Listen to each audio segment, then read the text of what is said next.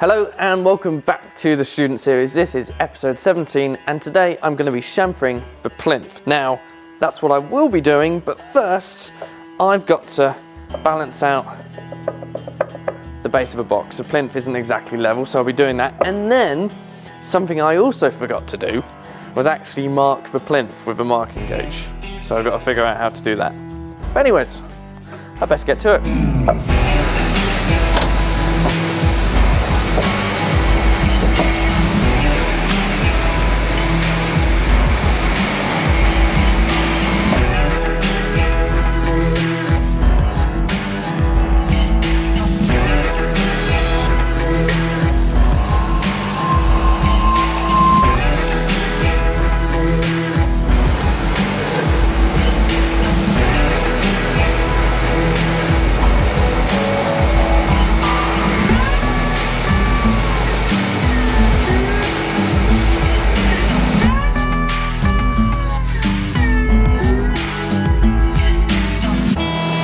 Could you explain to me what's going on here? So you get on my level, the stupid beginner level, like, that side goes crazy. Yeah. Yeah? But when I look at it, it's not, it's like, it doesn't look like there's that much to then make this end go. Yeah, I'd say there is. Yeah? Yeah. So which corners are you taking it off? Well, I guess it would be these corners now. Yeah. Take it off then, and then once you've done that, so we're talking these two now. Yeah. Take it off then.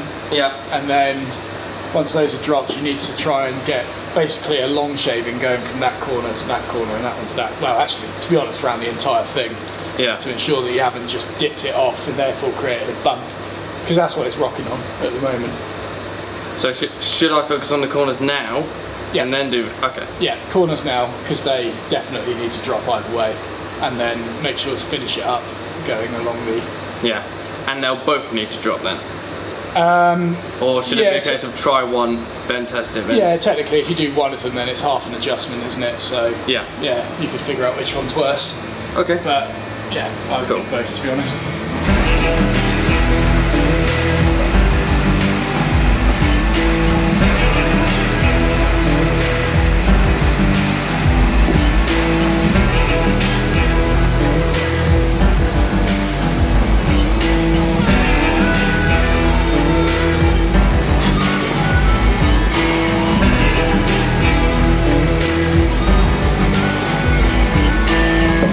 So that's the base of the box flattened, all but.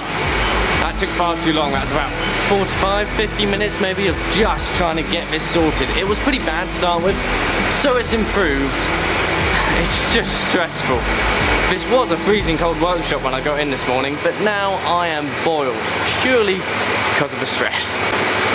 Right, I should probably mark those plinth lines now, and then actually get to what this episode is all about.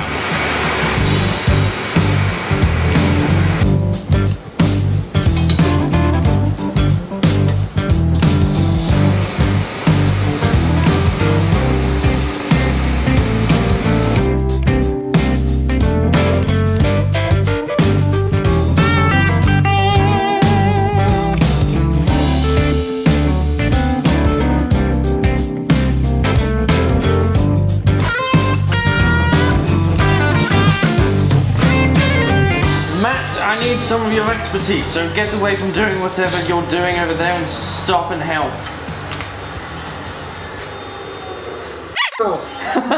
So,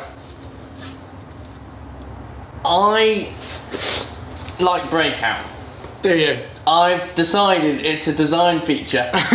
It's all been going swimmingly. Yeah. Until it hasn't been. Okay. Yeah. I can't wait to see this. Yeah, every time I've gone against the grain, weirdly, it's broke out. Mm-hmm. I don't know why. Like, against the grain normally is absolutely fine. Yeah. Yeah, you'd think so. And on top of that, like you should always have a mentality of if there's an issue being caused, keep doing that same thing until the issue goes away. Precisely. and it's not going well. I got this sort of stuff going on. Oh yeah. Yeah, it's a bit beefy. That is a meaty one in there, isn't it? Yeah, And then there's also, I mean, there's a bit in the middle there. Oh yeah. There's basically. Don't use Paduke. Yeah, I think there is a bit of that going on. There is a bit of that, but I realise that there's potential that I've actually pushed that beyond saving, other than just going all the way down again. Yeah. Which is fine. Like I completely understand that I overdid that. But okay, how would you avoid getting that tear out that I've got, given that the last time I got rid of tear out was using either that big plane with a really sharp angle, With the high angle, yeah. or a cabinet scraper, both of which don't fit there. Cabinet scraper could get in there for one to start with. You could use the corner, but there's no guarantee of getting it flat because the cabinet scraper might just start scooping out the middle. However, this is still mounted bevel up, similar to the jack plane that you used before, which you sharpened to a steeper angle. So in theory you could sharpen that to a 50 degree and you would have exactly the same cutting angle. I think it's the same bed angle on it of 12 degrees, but you'd have exactly the same cutting angle, give or take, as the low angle jack plane. Ideally I'd have two blades, one for 30, one for 50, but I don't. Okay. All right. So that's how it should have been done in order to try and avoid tear out. Yeah. I can imagine it's also not. No guarantees. No guarantees. No. So with what I've done here, to mitigate any more damage, don't think I've ever used that word before. No, I that's love good, it. that. Yeah, thank you. I like that. What should I do? You suggested a cabinet scraper. I reckon cabinet scraper, because it's in like a small area, Yeah. there's no point doing the whole thing. I just think scrape it down, get the corner of the scraper in there. Yeah. Done. You won't be able to do the whole lot, but scraper mixed with sandpaper should help get rid of it. But yeah, give that thing a go, I reckon. All right. Could you show me how? I understand how to use a cabinet scraper, but especially on these corner bits, like actually getting in there. So looking at this, it actually looks like the grain is going that way. Okay. So you tried playing it from this direction, didn't you? No. Yes. Yeah, and that's what caused the tear out. Okay. So, I mean, realistically, a cabinet scraper shouldn't really care, but it is. It's improving. Yeah, so let's go this way. I think you can just go across like that. Yeah. There's little bits coming off. Yeah. I tell you what, it was a miracle that I didn't scratch the side of a box when I was going freehand on that angle. Well, the thing about this is I haven't put a burr on the side of this either, so you shouldn't end up scratching the side of the box. Just have it flat against it. Yeah. Like that, so the camera can see. Flat against it, angle it forward a little bit so the burr engages, and then woof. That'd be funny if it's Yeah, either that or there's a big line going across here. But yeah, I reckon that. Okay. To be honest, you don't want too heavy of the burr on it, just in case it does promote a bit more tear out. So let's just keep it as a, you know, it's either square or there's a little burr on here, albeit a little bit blunt, but that'll be right for this case. That'll be okay.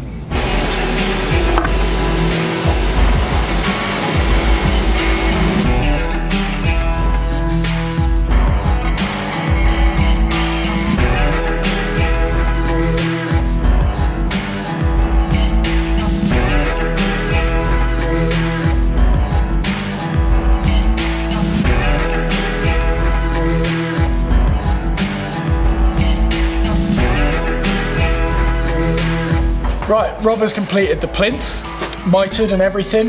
Yes. And how did you find it?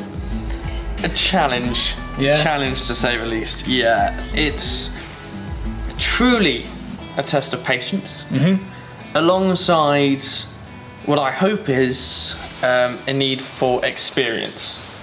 Doing those sort of angles and keeping your hand positioned in one angle for the entire length Locking of the stroke. everything in and then, yeah, letting your body carry it through. I didn't do it once. Cool. I was wobbly all over the place, and subsequently I no longer have a 45-degree angle on my plinth.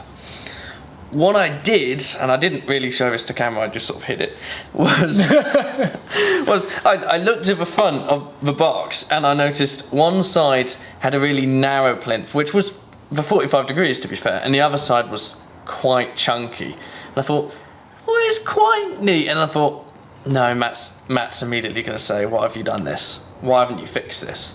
So I did. I fixed it by making everything a chunky plinth. It's about 60 degrees, I reckon. honestly, there were parts I was thinking, have I gone too far? Because it was stuck. I thought I was going to almost go vertical. Hit the bottom corner. Yeah, it's really difficult fixing a plinth angle after you've done the majority of it. After you've got one edge to align, fixing the rest of the angle is a nightmare. You end up with this rounded, curved, beveled edge. Yep. And then you've got to remove the middle stuff from that without hitting the... I learnt a lot. Put it that way. I learnt a lot. It was a learning experience and only some slight regret. And the other thing you obviously faced was tear out as well. Yes, Our my good old friend. tear out. Yes. Yes. Yeah. Cabinet Scraper did a good job, pretty much for all of that. Like, it's... I can't spot anything that looks horrific in regards to tear out now. Like, there's some rougher patches, that's for sure. But from a looking at, it's not bad. From a mile away. From a feely feel, it's a bit rough. Yeah. So bear in mind, if you're getting tear out with this, if you're using a shoulder planes are mounted with the bevel up in the body. So, the bevel up on the blade, much the same as a low angle jack plane. That means that what you can do with the blade... Sorry, can you just describe to me what bevel up means? I keep saying... Bevel up. On the other ones, bevel down. Oh, what, on the number 4 is it bevel down? Yeah, it's the wrong way around. I'll just put it on your lid here. You do that, you take it out, there's the chip breaker bevel, and there is Of course. bevel down. So on a bevel up, means that you can... Bevel up means that you can sharpen that to a steeper angle. 50 degrees is usually quite a good bet, and with the 12 degree bed you've then got a 62 degree cutting angle, which makes it more like a scraper plane as opposed to a plane. So because the shoulder plane is much the same as the low angle jack, you can get away with it. I don't know if I've asked this before, but why wouldn't you have it at that angle continuously if it's going to always remove tear out? Because you don't always get tear out, and it just makes it easier to push if it's at 30 degrees. Okay. 30 degrees is like a good... Like, if you have a lower cutting angle, you get a cleaner finish. As long as you're working with material that likes to be worked. Yeah. Is that like that, those, you see the Japanese planing videos, where they just pull something all the way along and just get paper thin? Is that because it's just really, really shallow? Yeah, I don't know what they actually sharpen those to, but yeah, like 30 degrees. The other thing is with shoulder planes is quite often you're using them on end grain as well. Right. And if you try and do that with a 50 degree blade, it's going to be like trying to shove a shovel through here we go. a brick. Okay. But it's just not going to work. Okay. So, yeah, that 30 degrees is pretty much a good all-rounder for everything, but if you're getting tear out, sharpen it to 50 degrees on a bevel up blade, may I add. If you sharpen it to 50 degrees on a bevel down, it's still travelling up a 45 degree slope. Right. Is that damaging to the chisel? To the blade? Well, if you sharpen it 50 degrees? Yeah. No, just pointless. You might get a waste of time. You might get a longer lasting edge, to be fair, because it's kind of got more material supporting the cutting action, but... Yeah, chunkier. Yeah, the other thing is to put a back bevel on the blade, but yeah, that's all something that's covered in my video, how to remove tear out, if it's something you're interested in. There'll be a link in the description. Have I watched that video? Probably not. Probably not. But yeah, overall, I mean, you got it done, and there's nothing that sandpaper can't fix. No, just... Well, we'll test that, shall we? Yes, I feel like it will be tested a little bit. Yeah, I think it's looking better than I expected it to, I'll be honest. The other thing was flattening off the bottom, which you did at the start. Oh, nightmare. Yeah, flattening off the bottom, it's much the same as flattening off the lid. Identify the high areas and remove them, obviously. But bear in mind with this, if you remove material from these corners, it's going to create some sort of bump or something along the long edges. So if you remove material from there and there, you kind of want to flatten off these areas afterwards, and even the short sides as well, just to ensure that it's still sitting flat and you haven't got a seesaw box. Yeah. I think that might have been something. And like, if you're working with a material that behaves better than the Padauk Rob's using here, you can lower those corners and then aim to take a shaving around the entire thing in one pass. I did do that. Oh, you did, didn't you? That's what this tear out is, isn't it? Yes, exactly. Yeah. Yes. Well, I just thought, I don't care about tear out on the bottom. Yeah. But I did go all the way around. I went around once and I put it down and it was flatter than it was before. I was like, brilliant. So I thought, let's do it again. It was not flatter afterwards. And I was like, right, I'm done. I'm not doing any. I don't know. Something went wonky. Okay. Do it once then, in that case. Don't do it twice because apparently it makes it worse. There we go. That was a long old outro, wasn't it? It really was. We should certainly move on. We should. So, thank you for watching this video. You can now move on to the next one by clicking the link below. And if you haven't already, please subscribe to the channel by clicking the link to the left-hand side of the video. We'll see you in the next one. See you then. I actually forgot which side it was then. Oh, really? That's what I I thought. thought it was just a long pause.